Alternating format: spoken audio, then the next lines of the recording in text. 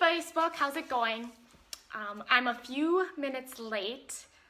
I was planning on doing this on my Facebook page, which I'm on right now, and my profile, but it seems like when I got home I went to go turn on my laptop and I can't get it to respond, like I can't see the cursor, so I can't bring up Facebook.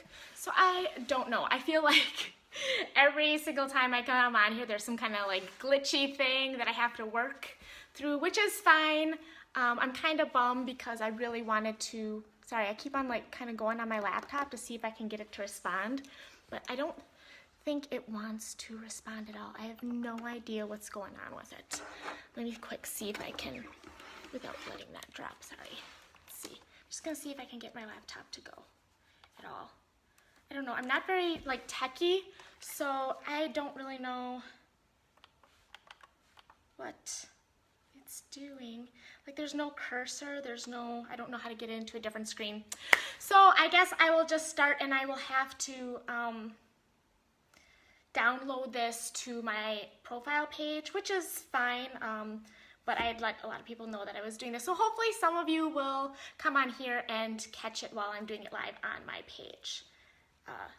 So today's video is, well, first, I want to just say thank you for last week for so many people engaging and sharing their stories with me.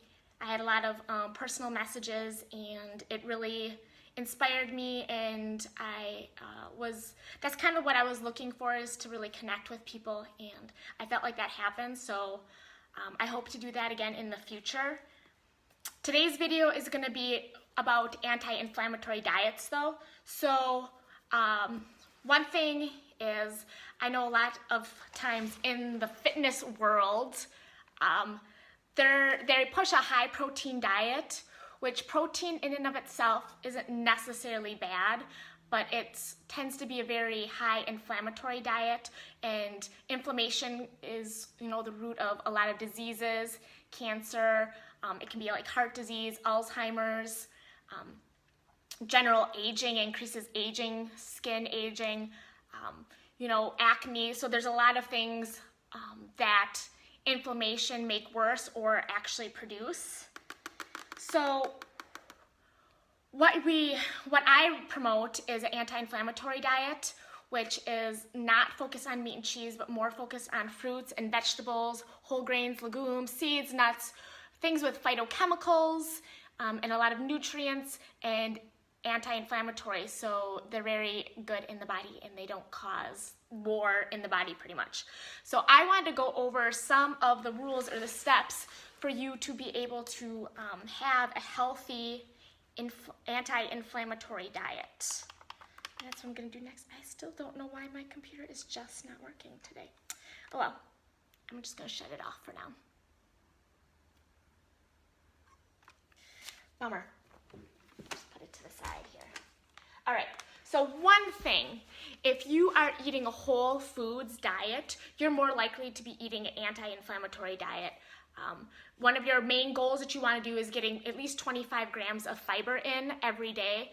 And if you're eating whole foods like fruits and vegetables and whole grains, you are going to be more likely to consume those 25 grams of fiber. And a high fiber diet is associated with an anti-inflammatory diet. So consuming 9 servings. I know a lot of people have heard 5 servings. That's really the minimum, just to kind of get by and making sure you're getting all of your nutrients. But if you want an anti-inflammatory diet, if you want your diet working for you rather than against you, and you want to fight off cancers and all these other diseases, 9 servings. So a serving of fruits and vegetables is half a cup. So if you can consume half a cup, that is a serving of fruits and vegetables, and then a full cup for raw leafy greens. So if you're making a salad, you put a few cups in there, you got a few servings of your plants or fruits and vegetables. If you do like a small apple, it could be 1 serving. A big apple could be 2 servings. So about half a cup is what a serving is. So you want to get, you know, around 3 to 4 cups of fruit and vegetables a day, and that's how you're going to ensure you're getting enough fruits and vegetables. Another thing that you want to do if you want to make sure you're consuming an anti-inflammatory diet is reducing your saturated fat. High saturated fat diets cause inflammation. So that would be 10% or less of your calories coming from saturated fat. So if you're consuming about 1,500 calories a day, you only want about 100 of those calories coming from saturated fat. If you're consuming 2,000, you only want about 20 or 200 calories coming from saturated fat. So it kind of sounds like a lot, but remember, fats have 9 grams, or 1 gram of fat has 9 calories, so it's more than carbs, which is only about 3.5, 3.7. So you really do want to be tracking your diet just to kind of get a general gist of how much fiber you're consuming a day and then how much saturated fat you're consuming in a day to make sure that your inflammation is a little bit lower. Now you want to remember a lot of cheeses and ice creams and dairy products are super high in saturated fat, and so are meats. So the problem with eating meat and cheese at every meal is that you're going to have a very high saturated fat diet and a lot of inflammation. So you want to cut back on that. Remember, plants have protein. Keep calm, right? You also want to make sure within those 9 servings of fruits and vegetables a day, now this is per week, you want to get cruciferous vegetables. You want to get 4 servings of cruciferous vegetables a week, not a day. So that's things like Brussels sprouts, broccoli, cauliflower, and then 4 servings again is about 2 cups. So kind of figuring out your day, you know, you could have a couple servings at one meal if you have like a full cup of broccoli. So throughout the whole week, you want to make sure you're getting 4 of those, because cruciferous vegetables have been shown to be really, really great at anti-cancer. So they fight cancer. And so if that's something that you're concerned about, you know, that's one thing that I'm always worried about, because I feel like that's like the loose cannon. Like if you eat pretty healthy, you know, you can do a lot of good for, you know, staving off heart disease and diabetes, but it's like cancer. It feels like anyone can get cancer at any time. So that one's always the nerve-wracking one to me. So eating those cruciferous vegetables is really, really important. Another thing that you want to be consuming in an anti-inflammatory diet is omega-3s. So omega-3s, you don't actually need a lot of omega-3s. It's mostly the ratio that you're looking for.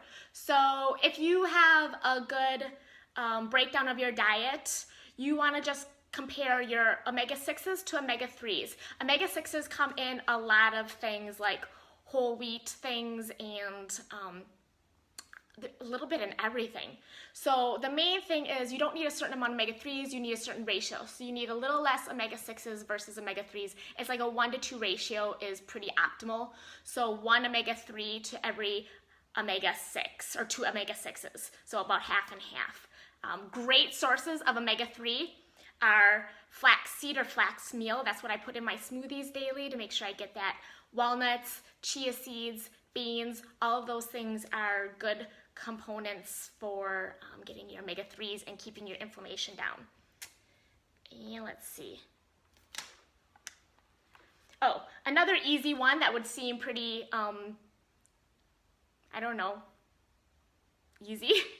You would almost guess this one, but keeping your processed foods limited and your refined sugars limited.